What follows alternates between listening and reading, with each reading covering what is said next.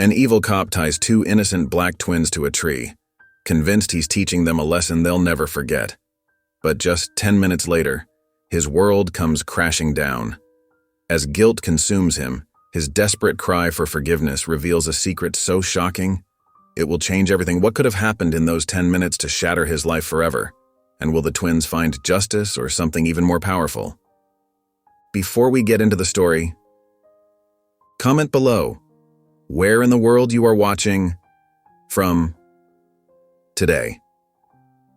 The late afternoon sun streamed through the kitchen windows, casting warm shadows across the wooden table where 14-year-old black twins Nolan and Lincoln Bennett hunched over a half-finished jigsaw puzzle.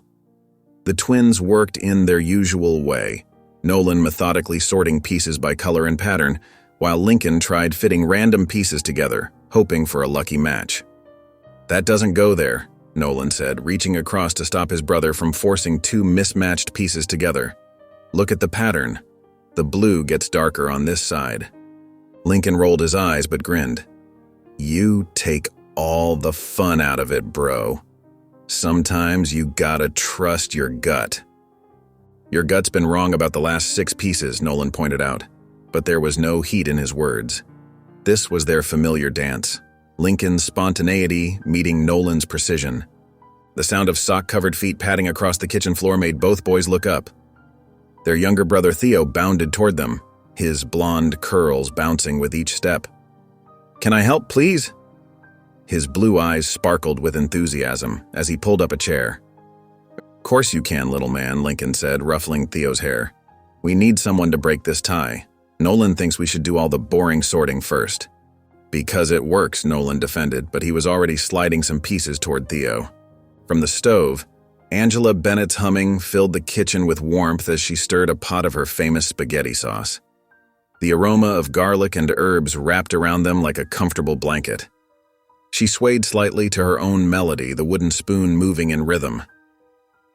"That smells amazing, Mom," Nolan said, looking up from the puzzle. "Secret ingredient is love," Angela replied with a wink, then turned back to add a pinch of something to the sauce. The front door opened and heavy footsteps approached the kitchen. Marcus Bennett appeared in the doorway, his tie loosened and jacket draped over one arm. Despite the obvious tiredness in his shoulders, his face brightened at the sight of his family. "Dad!" Theo jumped up from his chair and ran to give his father a hug. Marcus caught him easily, lifting him slightly off the ground in a bear hug that made Theo giggle. "How's my crew today?" Marcus asked, setting Theo down and moving to kiss Angela's cheek. "We're solving world peace through puzzle diplomacy," Lincoln declared dramatically. "Nolan's being the puzzle police." "Someone has to maintain law and order," Nolan shot back, but he was smiling. Marcus chuckled, loosening his tie further. "Sounds like a typical day in the Bennett household." He peered over at their progress. "That's coming along nicely. What's it supposed to be when it's done?" "The Grand Canyon," all 3 boys answered in unison, then burst out laughing at their synchronization. "Dinner's ready," Angela announced, turning off the stove. "Boys, clear the puzzle so we can set the table." They worked together to carefully slide the unfinished puzzle onto a large piece of cardboard, making room for plates and utensils. Soon, they were all seated around the table, steam rising from plates of spaghetti and meatballs. Garlic bread passed from hand to hand. "This is perfect, honey," Marcus said, taking a bite. Theo twirled his spaghetti expertly, creating the perfect forkful. "Mom makes the best sauce in the whole world." "In the whole universe," Lincoln corrected, his mouth already full. "Lincoln Bennett, what have I said about talking with your mouth full?" Angela admonished, but her eyes were twinkling. The kitchen filled with laughter and the comfortable sounds of family dinner. Forks clinking against plates, the soft thud of glasses being set down, the warmth of shared stories about their day. A police siren wailed in the distance, its sharp cry cutting through their conversation. Angela's eyes met Marcus's across the table, a quick but loaded glance passing between them. The moment stretched, taut with unspoken tension, before Angela turned back to her plate. "Who wants more garlic bread?" she asked, her voice steady as she reached for the basket. the meal continuing around them. The weekend morning sun beat down on the suburban street as Nolan and Lincoln pedaled their bikes, the wheels humming against the pavement. Lincoln stood up on his pedals, pumping harder to pull ahead of his brother. "Come on, slowpoke," Lincoln called over his shoulder, his infectious laugh carrying on the breeze. "At this rate, all the good snacks will be gone." Nolan shook his head but picked up his pace. "It's a gas station, not a five-star restaurant. They're not gonna run out of chips." "Yeah, but what if someone buys the last bag of those spicy ones we like?" Lincoln weaved his bike in a playful zigzag pattern. "You know, the ones that made Theo's face turn red when he tried them?" The memory made both boys chuckle. Their younger brother had insisted on trying the spicy chips despite their warnings, and his dramatic reaction had become a favorite family story. As they approached the gas station, Nolan noticed Lincoln's bike was making a slight squeaking sound. "We should oil your chain when we get home. Dad showed me how last week." They coasted into the parking lot, chains clicking as they slowed. The brothers propped their bikes against the wall, making sure they were visible through the store's front window. The bell chimed as they entered the fluorescent-lit space, cool air conditioning a welcome relief from the heat outside. "I'll grab the drinks," Nolan said, heading toward the coolers at the back. Lincoln made his way to the snack aisle, picking up 2 bags of their favorite chips. He could feel the cashier's eyes following his movements, but tried to ignore it. This wasn't the first time, and he knew it wouldn't be the last. Nolan returned with 2 bottles of lemonade, noticing the tension in his twin's shoulders. He'd seen the cashier too, an older man who hadn't taken his suspicious gaze off them since they walked in. The man's hand hovered near the counter, close to where most stores kept their panic buttons. "Got everything?" Nolan asked quietly, trying to keep his voice steady despite the familiar knot forming in his stomach. Lincoln nodded and they approached the counter together. The cashier's eyes narrowed as they placed their items down. Nolan pulled out the exact change they'd counted at home, making sure to keep his movements slow and deliberate. "That'll be $7.84, the cashier said gruffly, not bothering to hide his scrutiny of their every move. Nolan placed the money on the counter rather than holding it out, having learned from experience that some people didn't want to risk their fingers touching his. The cashier counted the money twice before roughly shoving their items into a plastic bag. The brothers walked out, the bell's cheerful ring contrasting sharply with the heaviness in their chests. As they reached their bikes, they heard the cashier's voice through the partially open door. "Yes, police, there are some troublemaker black kids hanging around my store." Lincoln's hands tightened on his handlebars until his knuckles showed pale against his dark skin. Nolan touched his brother's arm, a gesture that said more than words could. The distant wail of a siren made them both look up. A police cruiser turned onto their street, its white and black form gleaming in the morning sun. The boys exchanged a glance, years of family discussions and personal experiences weighing in that single shared look. Officer Axel Mallory stepped out of his cruiser, adjusting his belt with practiced authority as he approached the Bennett twins. His boot scraped against the asphalt with deliberate slowness, sunglasses hiding his eyes, but not the stern set of his jaw. Well, what do we have here?" Mallory's voice carried an edge that made both boys instinctively straighten their postures. "We were just buying snacks, sir," Nolan said, keeping his voice steady despite the fear crawling up his spine. He reached slowly into the plastic bag, movements careful and telegraphed. "We have the receipt right here." Mallory ignored the paper Nolan held out, instead circling the boys like a predator sizing up its prey. "Got a call about some troublemakers. Store owner says you were acting suspicious. Probably stuffed your pockets while he wasn't looking." "That's not true," Lincoln protested, his voice rising with indignation. "We paid for everything. Check the receipt. Check the security cameras." "Watch your tone, boy," Mallory snapped, stepping closer to Lincoln. "Empty your pockets, both of you." The twins complied, pulling out their house keys and some loose change. Mallory knocked the items from their hands, letting them scatter across the pavement.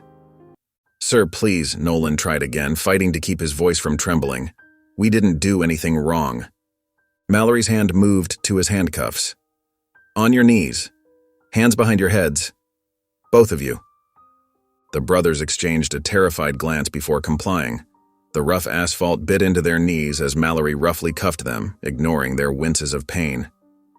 "In the car," he ordered, shoving them toward the cruiser. "Maybe a little ride will teach you some respect."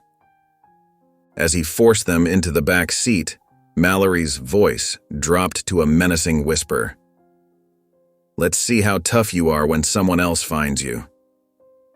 The cruiser pulled away from the gas station, leaving their bikes and scattered belongings behind as Mallory turned toward the wooded area on the outskirts of town. Officer Mallory's cruiser bumped along the dirt road, kicking up dust as he drove deeper into the wooded area. The twins sat in silence, their hearts pounding against their ribs. Through the window, they watched as familiar streets gave way to dense trees and undergrowth. The cruiser finally stopped in a small clearing. Mallory yanked open the back door, roughly pulling the handcuffed boys out one at a time.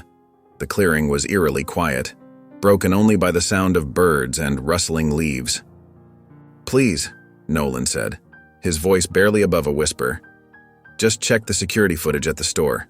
You'll see we didn't steal anything." Mallory's face twisted into a cold smile. "Shut up." He shoved them toward a large oak tree, its trunk wide and gnarled. The officer produced a length of rope from his trunk, the sight of it making Lincoln's knees go weak. "You can't do this," Lincoln protested, his voice cracking. "This is wrong." Mallory ignored him, forcing them to sit back to back against the tree. He wrapped the rope around their torsos, binding them tightly to the trunk. The rough bark dug into their backs through their t-shirts as he pulled the knots secure. "Maybe a few hours out here will teach you some manners," Mallory sneered, checking the ropes one final time.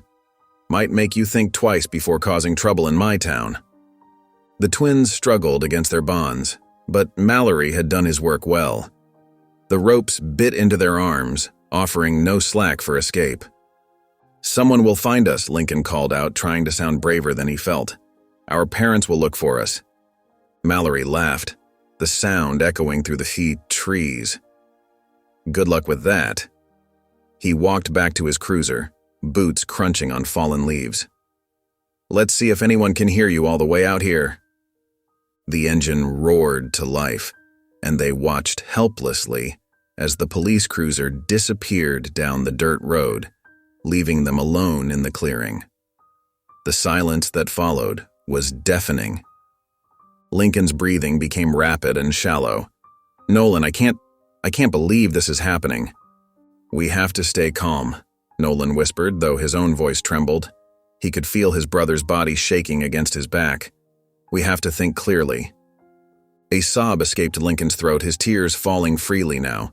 The forest seemed to close in around them, every rustle of leaves and snap of twigs amplified in their heightened state of fear. A bird called somewhere in the distance, the unfamiliar sound making Lincoln flinch. The afternoon sun filtered through the canopy above, casting shifting shadows across the clearing. Each movement of light and dark played tricks with their eyes, making them imagine shapes moving between the trees. "What if he just leaves us here?" Lincoln's voice was thick with tears. "What if nobody finds us?" "Don't think like that," Nolan responded, trying to sound confident despite his own terror. "We have to stay calm." But Lincoln's tears continued to fall, his shoulders shaking with each sob. The sounds of the forest grew louder as the reality of their situation sank in. The chirping of insects, the rustling of leaves in the breeze, the distant calls of birds. Each noise seemed to mock their helplessness, amplifying their sense of abandonment in this isolated clearing. The late afternoon sun cast long shadows through the trees when a sharp bark echoed through the clearing. Lincoln's head snapped up, hope flickering in his tear-stained face. Nolan strained to look around the tree trunk. "Hello?" a woman's voice called out. "Is someone there?" "Help!" both boys shouted in unison. "We're over here!" Through the trees came a large German shepherd, followed by Clara Jenkins. a 62-year-old civil rights activist, an elderly black woman wearing a purple tracksuit and sensible walking shoes. Her silver hair was pulled back in a neat bun, and her eyes widened with shock when she saw the twins tied to the tree. "Good Lord in heaven," she gasped, rushing forward. "What happened to you boys?" Her dog, Max, circled the tree, whining softly. "A police officer," Nolan explained, his voice hoarse. "Officer Mallory. He accused us of stealing from the gas station, but we didn't do anything wrong." Clara Jenkins knelt beside them, her experienced fingers working at the knots. "Mallory," she repeated, her voice taking on a hard edge. "I know that name all too well." As she worked to free them, Lincoln told her about their trip to the store, the receipt still crumpled in his pocket, and how Mallory had ignored their protests of innocence. Clara's hands never stopped moving, but her jaw tightened with each detail. "There we go," she said finally, pulling the ropes away. The twins stood shakily, rubbing their arms where the ropes had left angry red marks. "Thank you, ma'am," Nolan said, helping Lincoln brush off the dirt and bark from their clothes. Clara pulled out her phone. "I'm Clara Jenkins, and I need to call your parents right now. What's their number?" As Nolan recited the number, Clara's free hand reached out to squeeze Lincoln's shoulder reassuringly. The boy was still trembling, though he tried to hide it. The phone rang twice before Angela's voice answered. Clara's tone was steady but carried an undercurrent of controlled fury that made even Max's ears perk up. "Angela, this is Clara Jenkins. I've got your boys here with me." She paused, listening to Angela's confused response. "They're alive and mostly unharmed, but you need to come get them right away. I'm at the end of Old Mill Road, where it meets the walking trail." Clara's fingers tightened on the phone as she continued. "That officer, Mallory? He left them tied to a tree out here, yes. You heard me right." She watched as the twins huddled closer together, exhaustion and fear evident in their young faces. "Your boys need you, and so does this town," she told them, her voice carrying the weight of years fighting similar battles. The sound of tires on gravel broke through the forest, quiet. Clara stood with the twins as a familiar SUV came speeding down Old Mill Road, stopping with a spray of dust and pebbles. Angela burst out of the passenger side before the vehicle had fully stopped, with Marcus right behind her. "My babies!" Angela cried out, running toward them with outstretched arms. The twins rushed to meet their parents halfway. Angela wrapped her arms around both boys, pulling them close as tears streamed down her face. Marcus enveloped all three of them in his strong embrace, his normally steady voice cracking with emotion. "We're here now," Angela whispered, running her hands over their faces, checking for injuries. "We're going to fix this." Her fingers traced the rope marks on their wrists, and her expression hardened. Marcus squeezed their shoulders firmly. "You're not alone in this," he assured them, his voice thick with both love and anger. "Not for a single moment." Theo scrambled out of the back seat, his blonde curls bouncing as he ran to join his family. His blue eyes were wide with worry as he looked at his brothers. "Are you okay?" he asked, squeezing between their parents to hug both twins. Clara stepped forward, Max sitting obediently at her heels. "I've dealt with men like Mallory before," she said, her voice carrying decades of experience fighting injustice. "This isn't his first time abusing his power, but it needs to be his last." Angela wiped her eyes, keeping one hand on Lincoln's shoulder as if afraid to let go. "How do we even begin to fight this? He's a police officer." "That's exactly why we must fight," Clara replied, her spine straight and her chin lifted. "Every time we let something like this slide, we tell them it's okay to treat our children this way." Marcus pulled Theo closer, his protective instinct in full force. "She's right. He's not getting away with this." The late afternoon sun filtered through the trees, casting dappled shadows over the group as they stood united in their resolve. The rope that had bound the twins lay discarded on the forest floor, a stark reminder of what they were fighting against. Back at Clara's cozy craftsman home, the twins sat on her floral print couch while she worked at her computer desk. Her fingers moved swiftly across the keyboard, uploading the cell phone footage she'd taken of the boys' condition in the woods along with photos of their rope-burned wrists. People need to see this, Clara said, her voice steady but filled with purpose. Sunshine is the best disinfectant. The post included a detailed account of what had happened, the gas station visit, Officer Mallory's baseless accusations, and his horrifying decision to abandon two 14-year-old boys in the woods. Clara tagged local news stations, civil rights organizations, and several prominent activists she'd worked with over the years.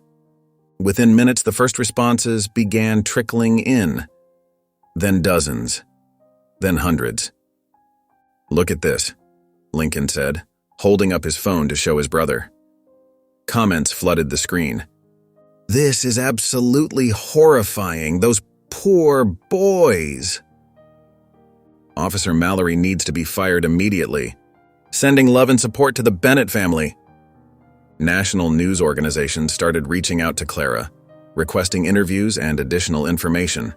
The video counter kept climbing. 1,000 views, 5,000 views, 10,000 views. "My phone won't stop buzzing," Clara said, showing them the stream of notifications. "People are sharing this everywhere." Local community leaders began posting messages of support. The mayor's office released a statement promising a full investigation. The police department's social media accounts were flooded with demands for accountability. Lincoln refreshed his screen again, watching the view count jump by thousands. His hands trembled slightly as he read more comments. Some shared similar experiences with Officer Mallory, while others offered legal advice and support. "I can't believe how many people care," Lincoln said softly, looking up at his brother. "Do you think this will help?" Nolan watched the numbers climb higher, his expression determined. "It has to." Officer Axel Mallory sat at his desk, his jaw clenched as he watched the viral video for the 20th time. The footage showed the Bennett twins tied to the tree, their faces streaked with tears, while Clara Jenkins's steady voice documented their condition. His stomach churned as he read the comment section, filled with thousands of angry responses demanding justice. The office door burst open with such force that it slammed against the wall. Chief Douglas Marks stormed in, his face red with fury. The vein in his forehead pulsed as he loomed over Mallory's desk. "What the hell were you thinking?" Marks bellowed, pointing at Mallory's computer screen. "Do you have any idea what kind of mess you've created?" Mallory straightened in his chair. "Chief, I can explain." "Explain?" Marks cut him off. "There's nothing to explain. We've got national media breathing down our necks, protesters gathering outside, and the mayor's office demanding answers." He slammed his fist on the desk, making Mallory's coffee mug rattle. "This department can't afford this mess." "Those kids were trouble," Mallory insisted, but his voice lacked its usual confidence. "They were acting suspicious." "They had a receipt," Marks shouted. "The gas station owner already confirmed they paid for everything. The security footage shows them doing absolutely nothing wrong." He ran a hand through his thinning hair. "Do you know how many civil rights violations you committed in one afternoon?" Mallory's throat felt dry. "Sir, I was just..." "Just what? Teaching them a lesson?" Marks's voice dripped with disgust. "They're 14 years old, Mallory. 14!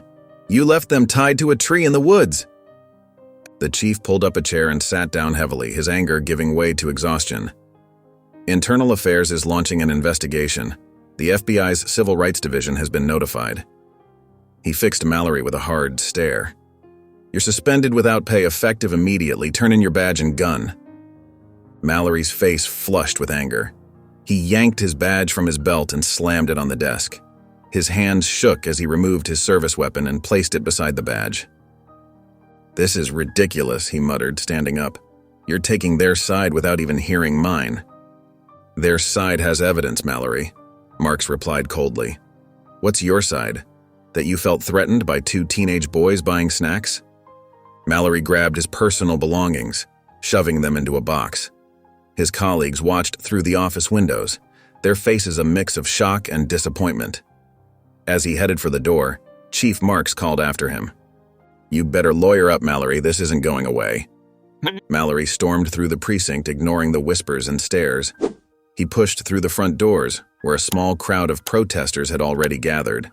Their signs bore messages like "Justice for the Bennett twins" and "Fire Officer Mallory." "They're lying," he muttered as he hurried to his car, but his conviction wavers as guilt begins to creep in. Mallory's car weaved through the back roads of town, his vision blurring as tears threatened to spill. He pulled into Thompson's Point, a secluded overlook where he used to eat lunch during his early days on the force. The gravel crunched under his tires as he parked near the edge overlooking the town below. His hands gripped the steering wheel until his knuckles turned white. The faces of the Bennett twins flashed through his mind, their terrified expressions, their pleas for help, the way their shoulders shook as they cried. The memory hit him like a physical blow. "What have I done?" he whispered, his voice cracking. The dam finally broke, and deep, racking sobs escaped his chest. He hunched over the steering wheel, his whole body shaking with the force of his grief and shame. 23 years on the force, and what did he have to show for it? A ruined career, a tarnished badge, and 2 traumatized kids who'd never forget what he'd done to them. The weight of his actions crushed him, making it hard to breathe. The morning sun filtered through his windshield, warming his face as tears streamed down his cheeks. In the distance, he could see the police station, where protesters continued to gather. Their presence was a physical reminder of his shame. His chest heaved as another wave of sobs overtook him. He'd always prided himself on being a good cop, on protecting people. But what had he really been doing all these years?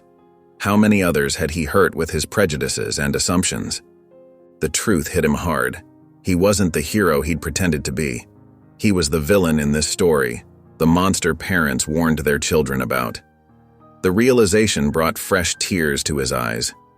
Minutes ticked by as Mallory sat there, letting years of buried guilt and shame pour out of him.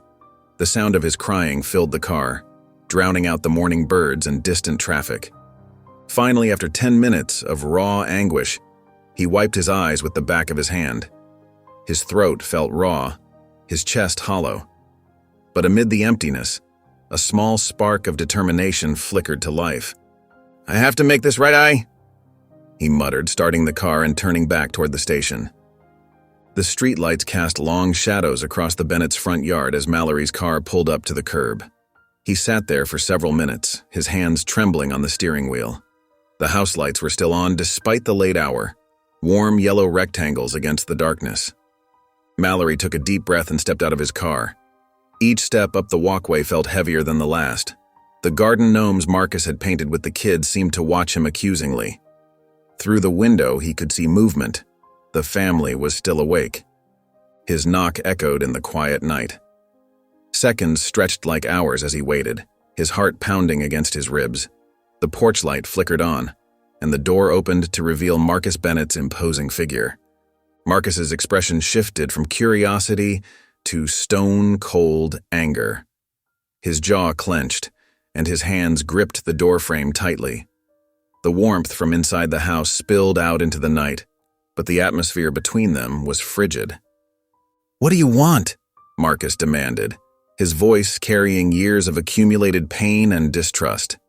His eyes, usually warm and friendly to neighbors, now blazed with protective fury. Mallory swallowed hard. The rehearsed speech he'd practiced in his car evaporated. Standing before this man whose children he'd traumatized, whose trust he'd betrayed, whose community he'd hurt, words seemed pathetically inadequate. Mallory's voice cracked. He cleared his throat and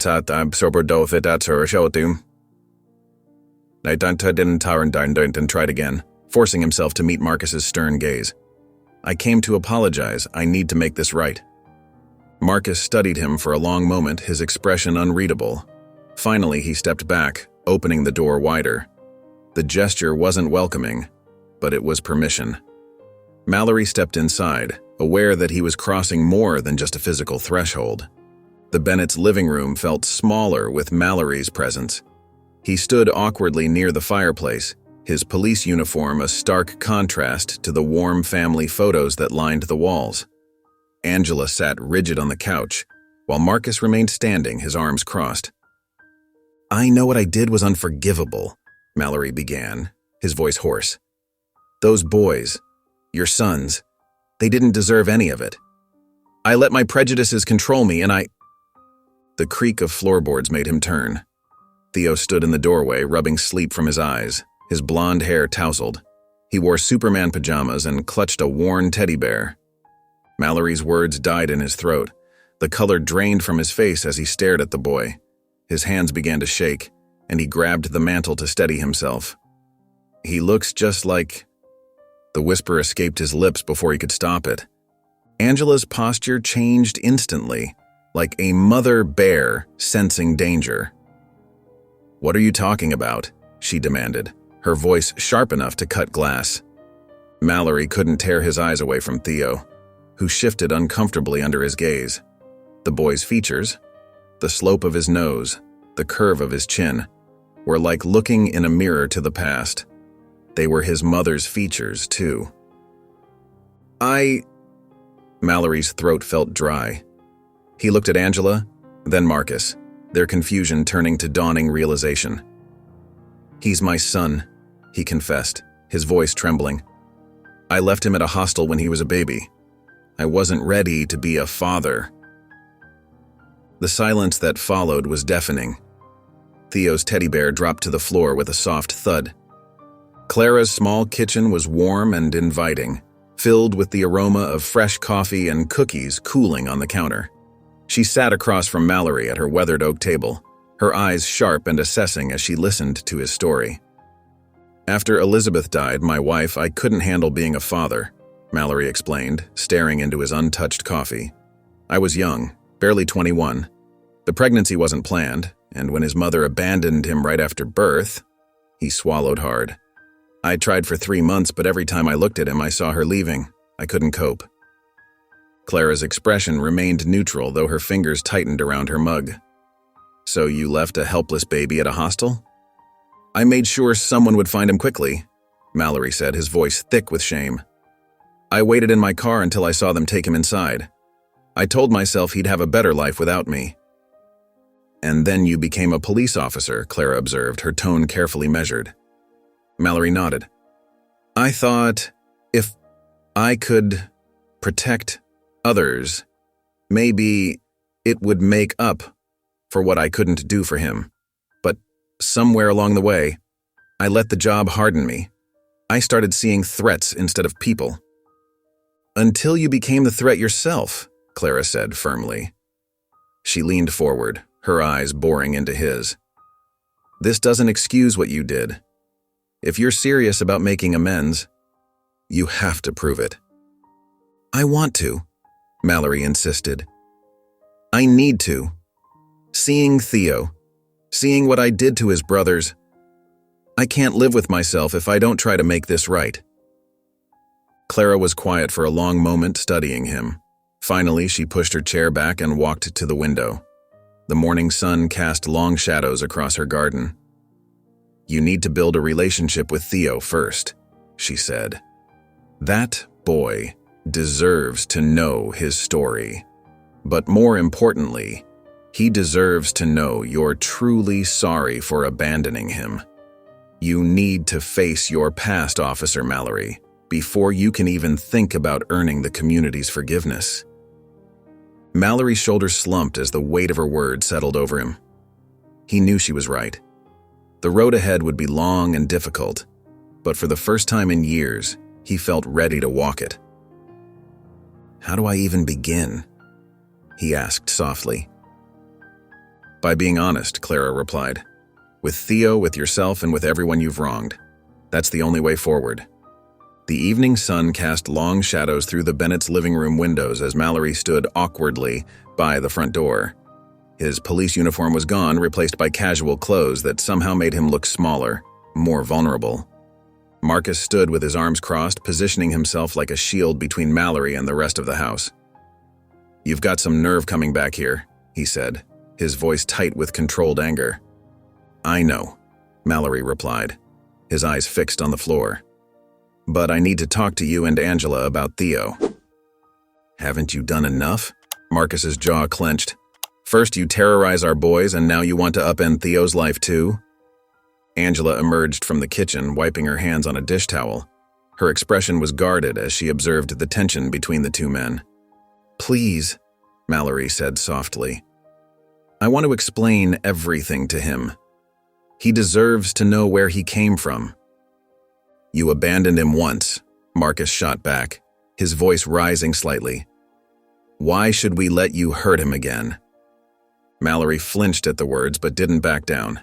Because I was wrong. I was young and scared, and I made a terrible mistake. But I can't change the past. I can only try to make things right now. Make things right? Marcus let out a bitter laugh.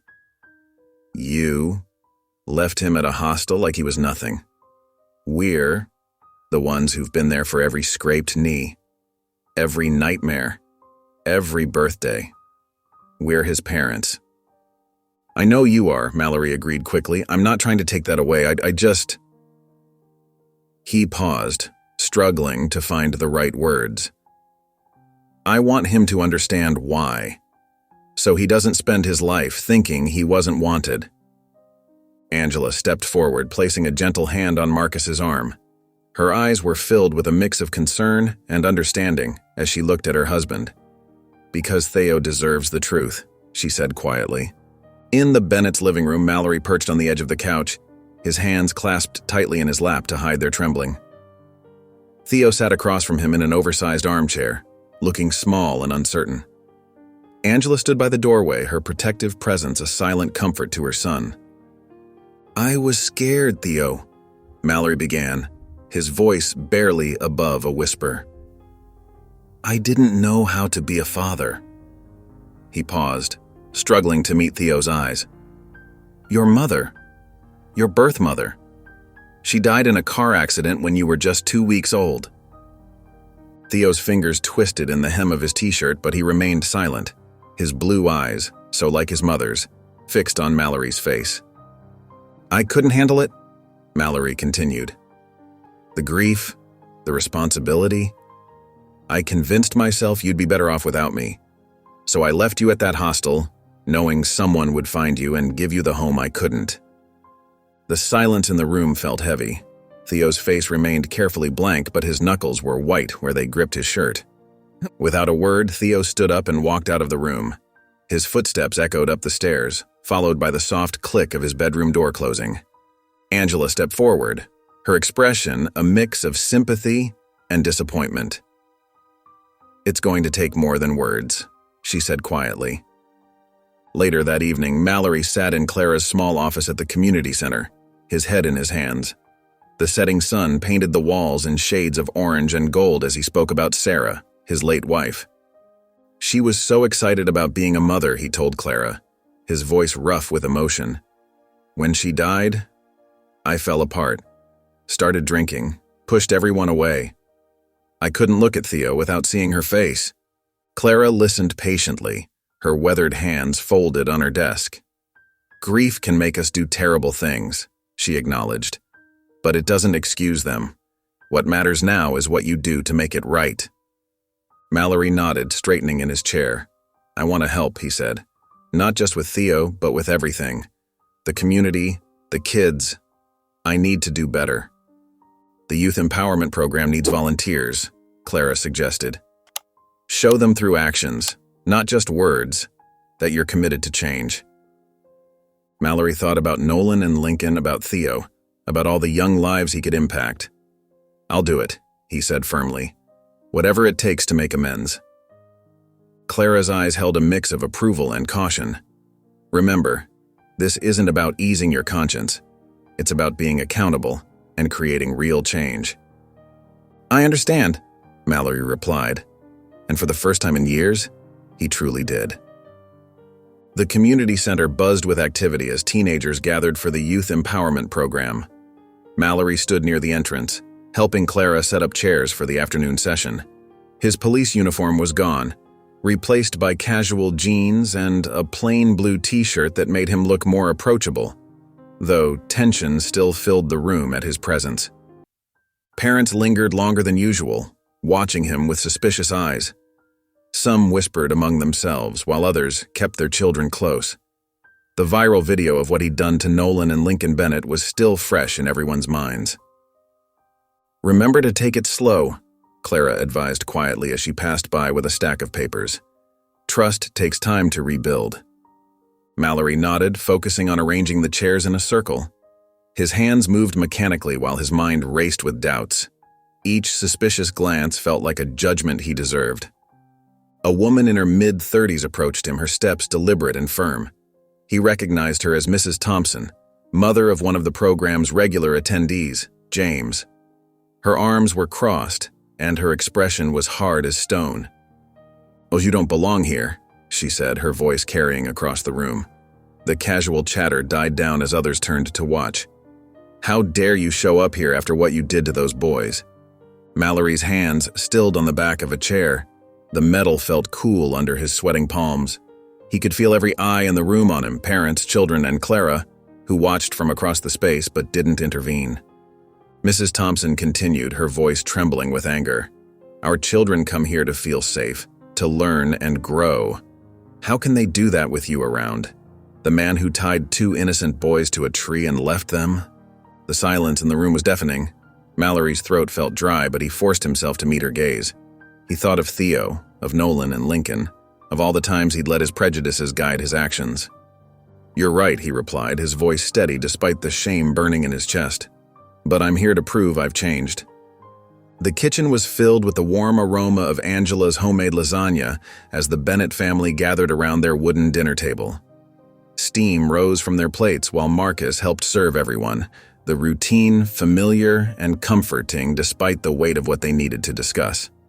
Theo sat in his usual spot, his blue eyes fixed on the plate before him as he pushed the pasta around with his fork. Angela watched her youngest son, her heart aching at the confusion and hurt she saw in his expression. Marcus cleared his throat and set down his glass of water. "Theo, we wanted to talk to you about something important." "Is this about him?" Theo asked quietly, still not looking up. "About Officer Mallory?" Angela reached across the table and placed her hand near Theo's, not touching but offering comfort if he wanted it. "Yes, sweetheart. He's been helping with the youth program at the community center." "Clara says he's been showing up every day," Marcus added, his voice carefully neutral. "He's been working with the younger kids, teaching them about safety and responsibility." Theo's fork scraped against the plate as he continued moving his food around. "So what? He just wants people to like him again." "Maybe," Angela acknowledged. "But he's also trying to make things right. He's been asking about you." Finally, Theo looked up, his eyes shining with unshed tears. "Why should I care? He didn't care about me before." His voice cracked slightly. "He left me. He didn't want me." Angela's heart broke at the pain in her son's voice. She spoke gently, choosing her words with care. "Because he's trying now, and you deserve the truth, Theo. You deserve to know your story. All of it, when you're ready." Marcus leaned forward, his expression serious but kind. "Nobody's going to force you to do anything you don't want to do, son. This is your choice." Silence fell over the table as Theo stared down at his hands. Angela and Marcus exchanged worried glances, but remained quiet, giving their son the time he needed to process. The clock ticked steadily on the wall. Outside, a car drove past, its headlights briefly illuminating the kitchen through the window. The lasagna grew cold on their plates, but no one moved to eat. Finally, after what felt like hours but was probably only minutes, Theo lifted his head. His jaw was set in a determined line that reminded Angela so much of Marcus, even though they shared no blood. "I'll talk to him, but only once." The youth program office felt smaller than usual, as Theo sat rigidly in the plastic chair, his arms crossed tightly over his chest. The afternoon sun streamed through the dusty blinds, casting alternating strips of light and shadow across the desk between him and Mallory. Mallory's hands fidgeted with a pen, clicking it nervously as he tried to meet Theo's steady gaze. The boy's blue eyes, so much like his mother's, Mallory's late wife, made his chest tighten with guilt and regret. "Thank you for coming, Theo," Mallory began, his voice rough with emotion. The words felt inadequate the moment they left his mouth. Theo didn't respond. His jaw clenched in a way that reminded Mallory of himself when he was younger, stubborn and defensive. The clock on the wall ticked loudly in the silence. A group of kids laughed somewhere down the hall, the sound muffled but jarring in the tense atmosphere of the office. Mallory set the pen down, forcing his hands to be still. "I know you probably have a lot of questions," he tried again. "I want to answer them honestly." "Why?" Theo's voice was sharp, cutting through the air like a knife. "Why did you leave me?" Mallory's throat went dry. He'd rehearsed this conversation countless times in his head, but facing Theo's direct question made all his prepared words vanish. He swallowed hard, forcing himself to maintain eye contact. "I was scared, Theo. I didn't think I could be a father." The confession hung heavy in the air between them. "Your mother, my wife, she died in an accident when you were just a few weeks old. I couldn't—" "You couldn't— what?" Theo demanded, his voice rising slightly. "Couldn't love me? Couldn't try?" "I wasn't strong enough," Mallory admitted, his voice cracking. "I was drowning in grief and fear. I convinced myself you'd be better off with someone else, someone who could give you what you deserved." Theo's fingers dug into his arms where they remained crossed. "Did you ever think about me? Ever wonder if I was okay?" "Every day," Mallory whispered. "But I was too ashamed to look for you. I threw myself into my work, became hard, tried to forget. But I never could. And now you want to be my dad?" Theo's voice dripped with disbelief. "Because people found out what you did to Nolan and Lincoln?" Mallory shook his head. "No, Theo. I want to make amends. Because it's right. Because I've finally faced what a coward I've been. Because you deserve the truth, even if you never want to see me again." The silence stretched between them, thick with unspoken words and years of absence. Theo's eyes glistened with unshed tears, but his expression remained hard, defensive. "That's not good enough." Theo stood abruptly, his chair scraping against the floor. He turned and stormed out of the office, leaving Mallory sitting alone, tears pooling in his eyes. The late afternoon sun cast long shadows across the youth center's parking lot as Mallory sat hunched over on a weathered wooden bench. His head rested heavily in his hands, fingers pressed against his temples as if trying to hold himself together. The sound of children leaving the center with their parents drifted through the air, happy chatter and laughter that only made his heart ache more. He didn't look up when footsteps approached, the familiar tap of Clara's cane on the concrete telling him who it was. She stood there for a moment, watching him with the kind of patience that came from decades of working with troubled souls. "You look like a man who's given up," Clara finally said, her voice carrying that mix of compassion and steel that she was known for. Mallory lifted his head slowly, revealing red-rimmed eyes and deep lines of exhaustion etched across his face. "He hates me, Clara. Not that I blame him." Clara lowered herself onto the bench beside him, arranging her cane carefully against her knee. "Of course he's angry. Did you expect anything else?"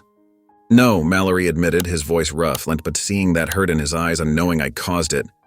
"You gave up on him once," Clara said bluntly, cutting the ukudar through his self-pity. "Don't do it again." Her words hit him like a physical blow. Mallory straightened slightly, turning to look at the older woman. The setting sun caught the silver in her hair, reminding him of all the wisdom and experience she carried. "What if he never forgives me?" The question came out barely above a whisper. Clara's expression softened slightly. "That's not for you to decide.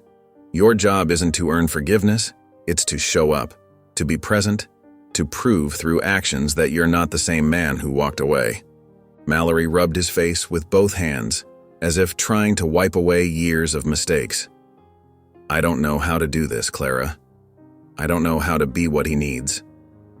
"Nobody does at first, Clara replied. But you learn by showing up, by trying, by making mistakes and fixing them. That boy needs to see that adults can change, can admit their wrongs, can keep their promises even when it's hard.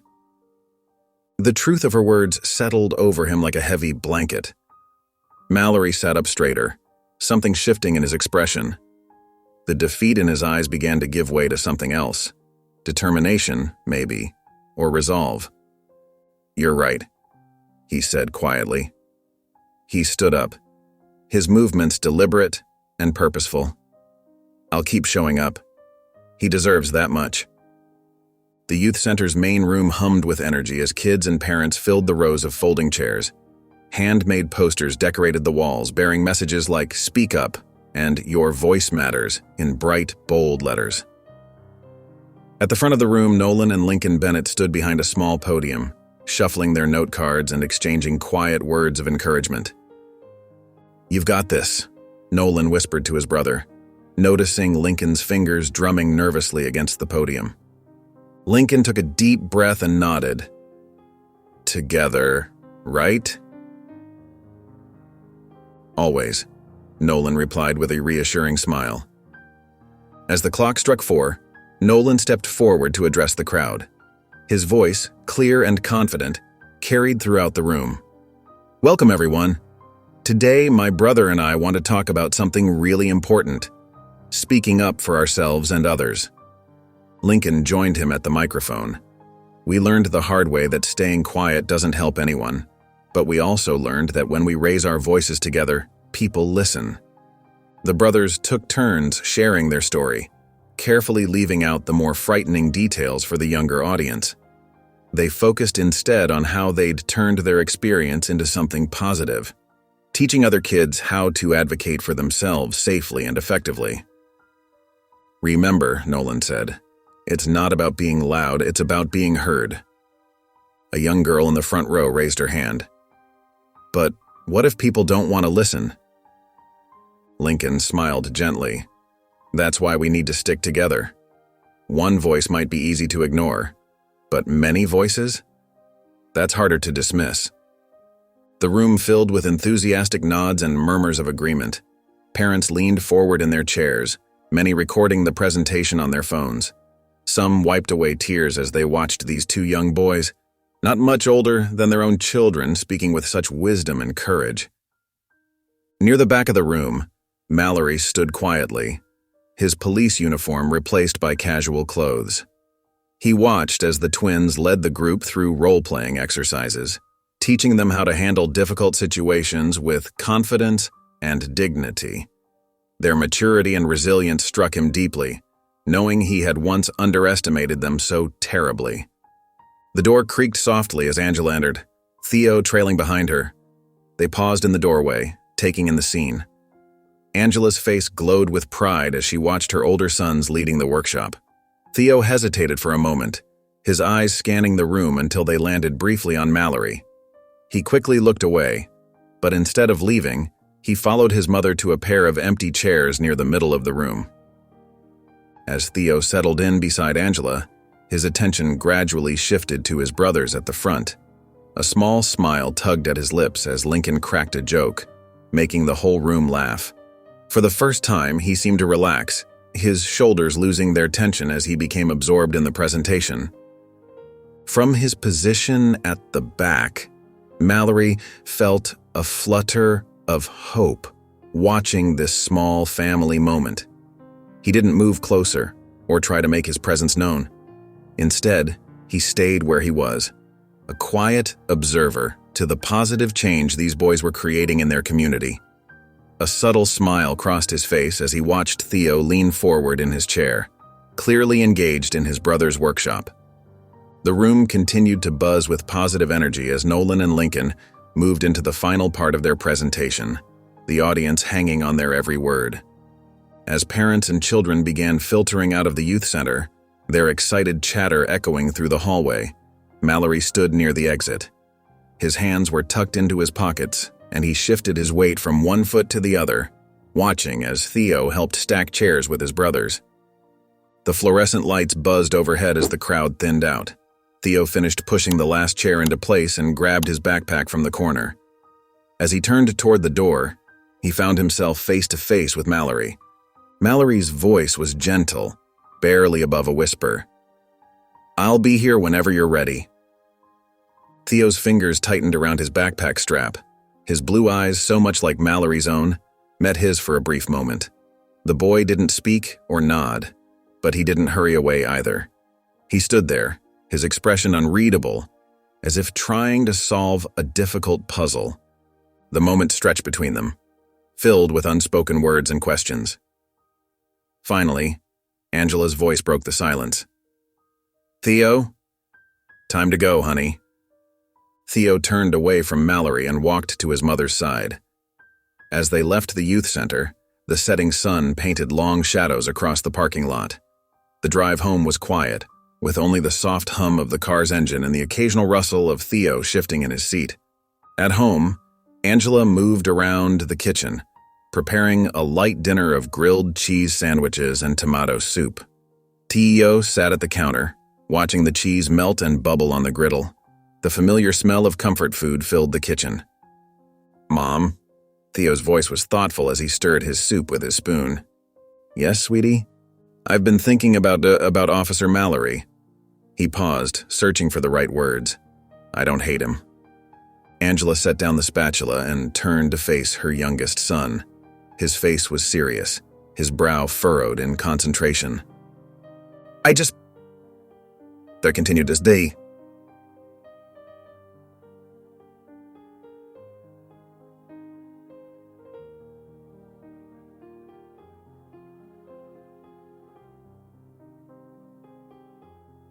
Angela moved around the counter and wrapped her arms around Theo, pulling him close. She rested her chin on top of his blonde curls, so different from his brother's dark hair. "You'll know what to do when the time is right." The community center's meeting room felt smaller than usual as people filed in, taking seats around the large oval table. Clara Jenkins stood at the front, her silver hair neatly pulled back, her posture straight and commanding despite her age. She had arranged the chairs carefully, the Bennetts on one side, Mallory on the other, with community members filling the spaces between. The late afternoon sun slanted through the windows, casting long shadows across the worn carpet. Angela sat with her hand on Theo's shoulder, while Nolan and Lincoln flanked their younger brother protectively. Marcus's jaw was set tight, his eyes fixed on Mallory. Clara cleared her throat. "We're here today to begin a process of healing," she said, her voice carrying the weight of decades of community activism. "This isn't about quick fixes or easy solutions. It's about honest dialogue and accountability." The tension in the room was thick enough to touch. A few community members shifted uncomfortably in their seats, while others nodded in agreement with Clara's words. Marcus leaned forward, his hands clasped together on the table. When he spoke, his voice was sharp, cutting through the heavy silence. You don't just get to walk back into Theo's life and expect forgiveness. His words carried the weight of months of anger and protective love. You abandoned him.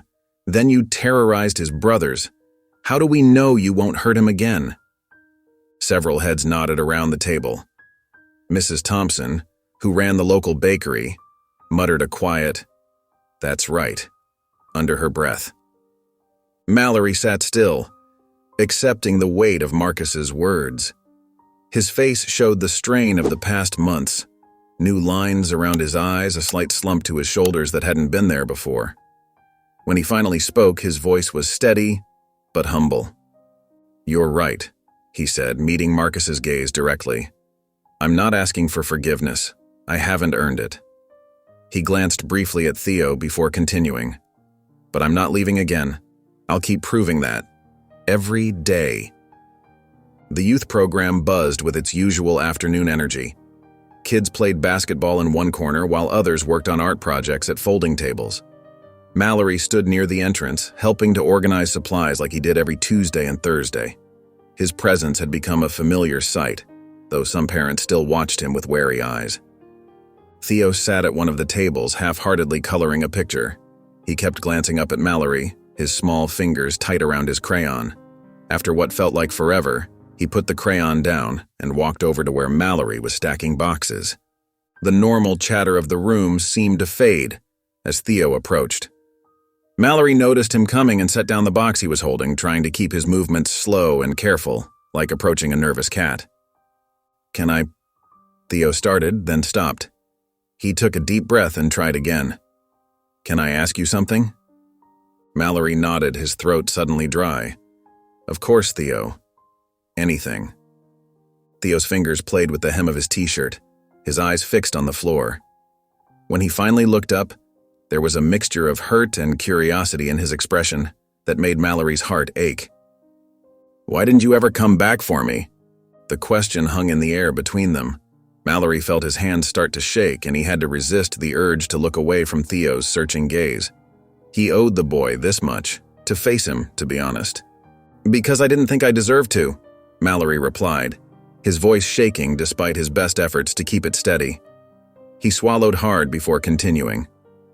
"But I'm here now, if you'll let me be." Theo studied him for a long moment, his expression unreadable. The sounds of the youth program continued around them. Basketballs bouncing, kids laughing, parents chatting. But in their small corner of the room, time seemed to stand still. Finally, Theo's shoulders relaxed slightly. He gave a small nod, just barely perceptible. "We'll see," he said quietly. The summer sun beat down on the community center's outer wall as Mallory and Theo stood before it, paintbrushes in hand. The youth program had decided to brighten up the building with a mural celebrating diversity and unity. Dozens of volunteers scattered across the wall's length, each working on their assigned section. Mallory dipped his brush into a can of blue paint, his movements hesitant as he tried to follow the outline pattern. Beside him, Theo worked with confident strokes, filling in the shape of a dove with careful precision. Sweat trickled down Mallory's forehead as he concentrated on keeping the paint within the lines. His section of sky looked uneven, with visible brushstrokes creating a patchy effect. He frowned at his work, knowing it didn't match the smooth finish Theo had achieved. "You're holding the brush wrong," Theo said without looking up from his work. He'd been quiet for the past hour, focused entirely on his painting. These were his first words since they'd started. Mallory adjusted his grip, but his next stroke still looked awkward. Paint dripped down the wall, creating a small blue streak where it shouldn't be. Theo glanced over at Mallory's attempt and shook his head. "You're still bad at this." The words could have been harsh, but there was something different in Theo's tone, something lighter, almost teasing. Mallory felt a warmth spread through his chest that had nothing to do with the summer heat. "You're probably right," Mallory replied with a soft laugh, looking at his messy contribution to the mural. They worked in silence for a few more minutes, the sound of other volunteers chatting and laughing floating around them. Finished his dove and stepped back to examine it. The white bird seemed to glow against the background, its wings spread wide in flight. "Here," Theo said suddenly, reaching for Mallory's brush. "Like this." He demonstrated the correct technique, his small hand moving the brush in smooth, even strokes. Mallory watched carefully, trying to memorize the movement. When Theo handed the brush back, Mallory attempted to copy what he'd shown him. The result was better. Not perfect, but definitely an improvement. "That's not terrible," Theo admitted, studying Mallory's work. Mallory continued painting, conscious of Theo watching him. The boy's presence beside him felt different now, less tense, more natural. When Mallory accidentally splattered some paint on his shoe, he heard a small snort of amusement from Theo. Looking up, Mallory caught sight of something he hadn't seen before, a faint smile playing at the corners of Theo's mouth. It wasn't much, just a slight upward curve of his lips, but it was real. It was warm. And for Mallory, it felt like the first ray of sunshine after a long, dark winter. The community center buzzed with excitement as people filled the rows of chairs. Clara Jenkins stood at the podium, her silver hair gleaming under the lights, while Nolan and Lincoln Bennett sat in the front row with their family. "Today," Clara began, her voice carrying across the packed room, "we're not just celebrating two remarkable young men, we're investing in the future of our community." She paused, smiling warmly at the twins. I am proud to announce the Bennett Brothers Leadership Scholarship Fund. Nolan's eyes widened and he grabbed Lincoln's arm. Lincoln's mouth fell open in surprise. Neither had known this was coming. This scholarship, Clara continued, will provide opportunities for young leaders who demonstrate the same courage, compassion, and commitment to justice that Nolan and Lincoln Bennett have shown us. Angela squeezed both boys' shoulders, tears shining in her eyes. Marcus beamed with pride, while Theo bounced excitedly in his seat. Through their ordeal and its aftermath, these young men taught us all about resilience, Clara said. But more importantly, they showed us how to turn pain into purpose. The room erupted in applause. Lincoln wiped his eyes quickly with the back of his hand, while Nolan sat perfectly still, trying to process the magnitude of the moment. The fund will award 5 scholarships annually, Clara explained, to students who demonstrate leadership in addressing social justice issues in our community. As Clara detailed the scholarship requirements, Nolan felt the weight of responsibility settling on his shoulders. This wasn't just about him and Lincoln anymore. This was about creating lasting change. When Clara invited Nolan to speak, he walked to the podium with steady steps. Looking out at the sea of faces, friends, family, community members, he saw hope in their eyes. "This isn't just about us," Nolan said, his voice clear and strong. "It's about every kid who deserves a chance to be heard." The evening sun cast long shadows through the kitchen windows as the Bennett family finished their dinner. Angela and Marcus cleared the dishes, while Nolan and Lincoln headed upstairs to finish their homework. Theo lingered at the table, his fork pushing the last few peas around his plate as Mallory sat across from him. The silence between them felt heavy, filled with unspoken questions.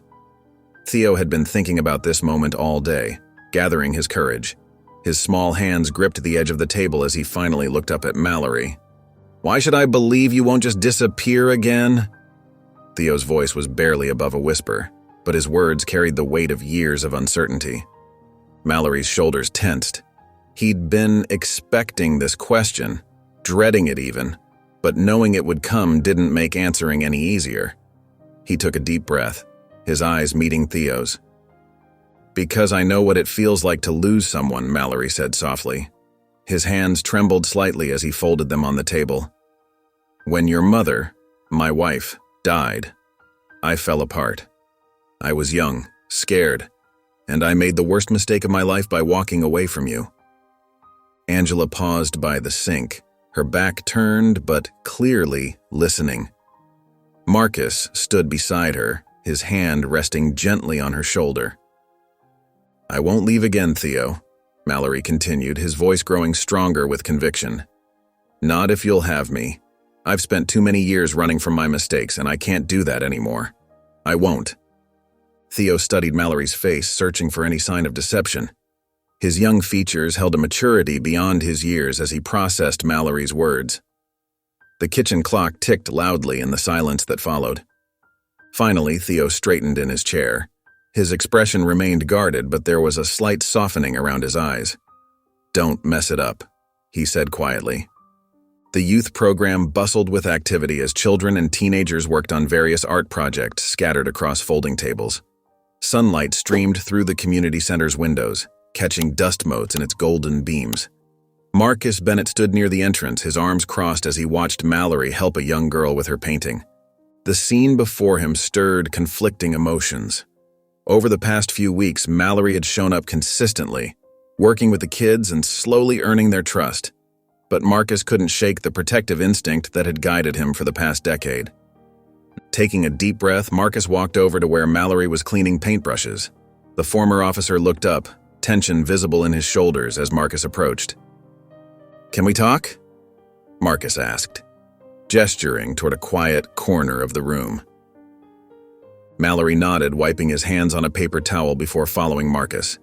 The two men stood in silence for a moment, watching as Theo helped his brothers organize supplies at a nearby table. Marcus turned to face Mallory, his expression serious but not hostile. "You may be his father by blood," he said, his tone cautious and measured. "But I've been there for him every step of the way. Don't forget that." I know. The words hung between them, heavy with the weight of countless bedtime stories, scraped knees, and midnight fevers. Years of birthday celebrations, school plays, and quiet moments of comfort that Mallory had missed. Mallory's gaze remained steady as he looked at Marcus. Gone was the defensive anger that had once characterized their interactions, replaced by something more humble, more understanding. "I know, Marcus," Mallory replied, his voice steady. "And I'm grateful for what you've done for him. I just want a chance to be part of his life." The afternoon sun cast long shadows through the school hallway as Theo shuffled his feet outside the drama classroom. He'd been waiting for Mallory to arrive after youth program activities, his stomach doing nervous flips. Through the classroom window, he could see other kids practicing their lines, their excitement filling the room with chatter. When Mallory's familiar figure appeared at the end of the hallway, Theo straightened up, trying to appear casual. His fingers played with the folded paper in his pocket, a ticket to the school play that had been sitting there for 3 days while he worked up the courage. "Hey," Mallory said softly as he approached. "Everything okay?" Theo nodded, perhaps a bit too quickly. "Yeah, He pulled out the slightly crumpled ticket, holding it out. "There's this play at school next week. It's not a big deal or anything. But if you want to come..." Mallory's eyes lit up as he took the ticket, handling it as if it were made of gold. "Not a big deal?" he repeated, his voice thick with emotion. "It's a big deal to me, Theo." The sincerity in Mallory's voice made Theo's cheeks flush. "I'm just tree number 3, he mumbled, scuffing his shoe against the floor. "You probably have better things to do." "Nothing better than this," Mallory assured him, carefully tucking the ticket into his wallet. "What time should I be here?" A week later, the school auditorium hummed with excitement as parents and families filed in.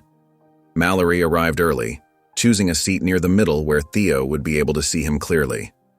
Angela and Marcus sat a few rows ahead with Nolan and Lincoln, who kept turning around to give Mallory encouraging thumbs-up signs. The lights dimmed, and the play began. When Theo appeared on stage in his tree costume, Mallory sat up straighter. Though Theo only had 2 lines, Mallory watched with rapt attention, beaming with pride. Every slight movement, every careful step Theo took as tree number 3 made Mallory's heart swell. During the final bow, Mallory's applause rang out above all others, his enthusiasm drawing amused glances from nearby parents. He couldn't help himself. The joy of being included in this moment, of being trusted enough to be invited, overwhelmed him. After the show, Theo emerged from backstage, still wearing traces of the green face paint that had transformed him into a tree. His eyes found Mallory immediately, and a small smile tugged at his lips as he approached.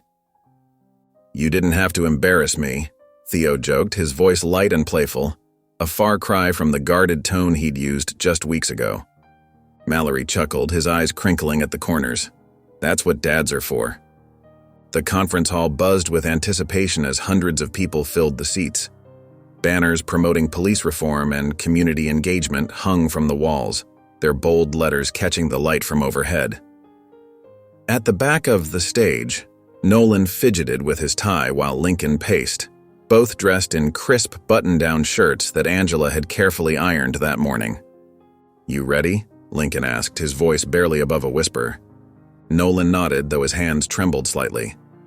"Someone has to tell our story." From their seats in the front row, Angela and Marcus beamed with pride. Marcus reached over and squeezed Angela's hand as the conference moderator stepped up to the microphone. "Our next speakers are 2 remarkable young men who turned a traumatic experience into a catalyst for change," the moderator announced. "Please welcome Nolan and Lincoln Bennett."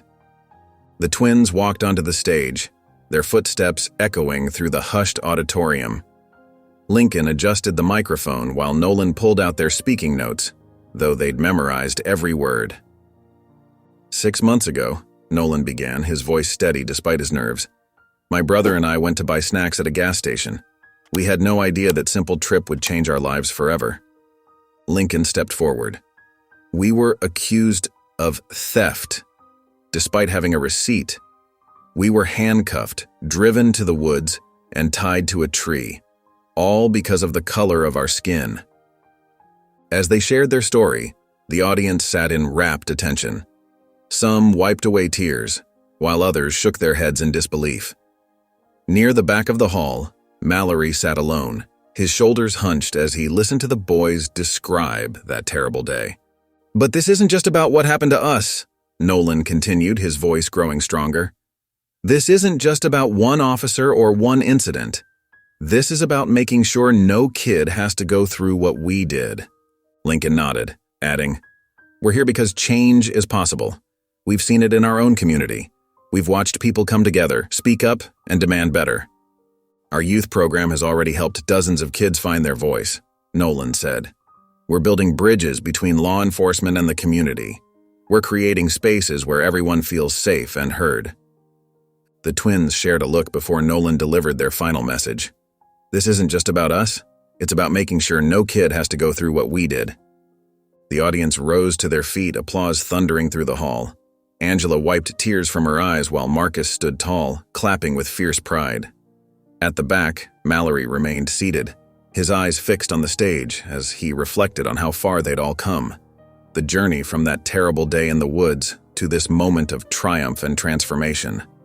The twins stood shoulder to shoulder on stage, their presence a testament to resilience and hope, as the applause continued to fill the room. The community center's main hall sparkled with decorations. Colorful balloons bobbed against the ceiling, and hand-painted banners celebrated the youth program's achievements. Folding chairs lined the room in neat rows, filled with proud parents and excited kids dressed in their best clothes. At the front of the room, a table displayed gleaming trophies and certificates.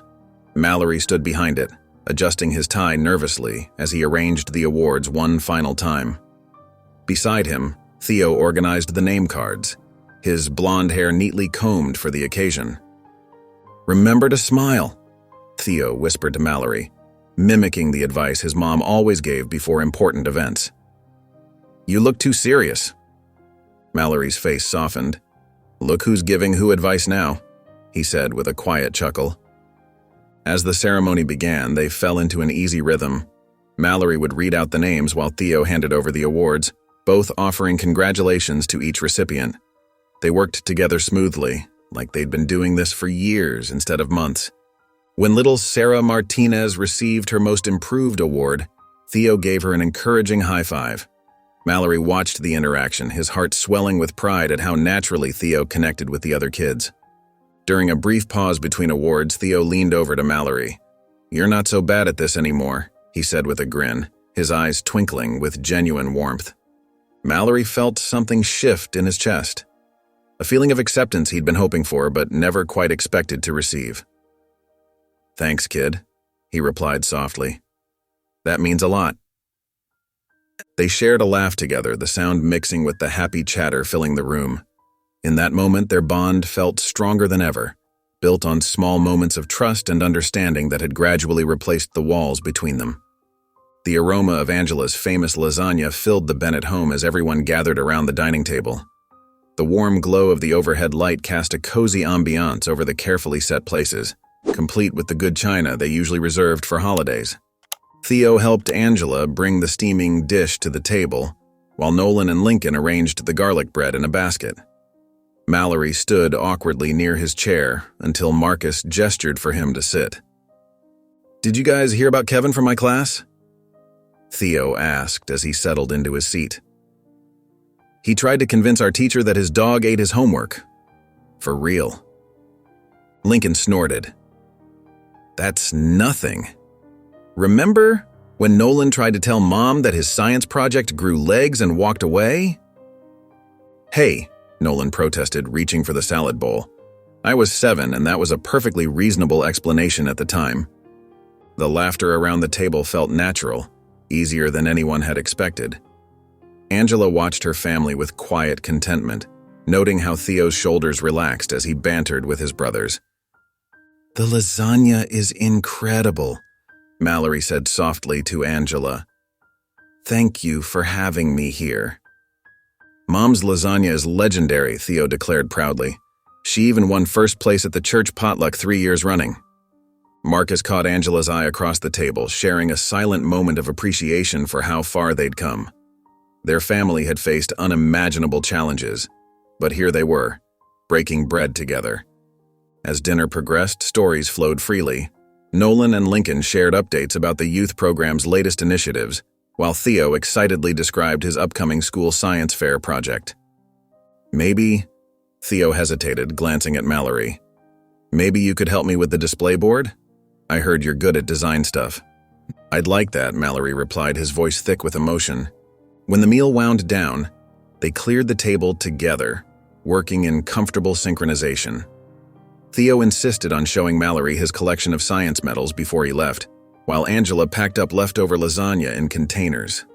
At the front door, Marcus stood with Mallory as the others said their goodbyes. The two men faced each other, years of tension hanging between them. Then Marcus extended his hand. "If Theo believes in you, I guess I can try too," Marcus said, his voice firm but not unkind. Mallory grasped Marcus's hand, feeling the weight of the moment. "Thank you for everything." If you enjoyed the story of Nolan and Lincoln Bennett, I handpicked this next story that you will enjoy. Please don't miss this one. Click here to watch it.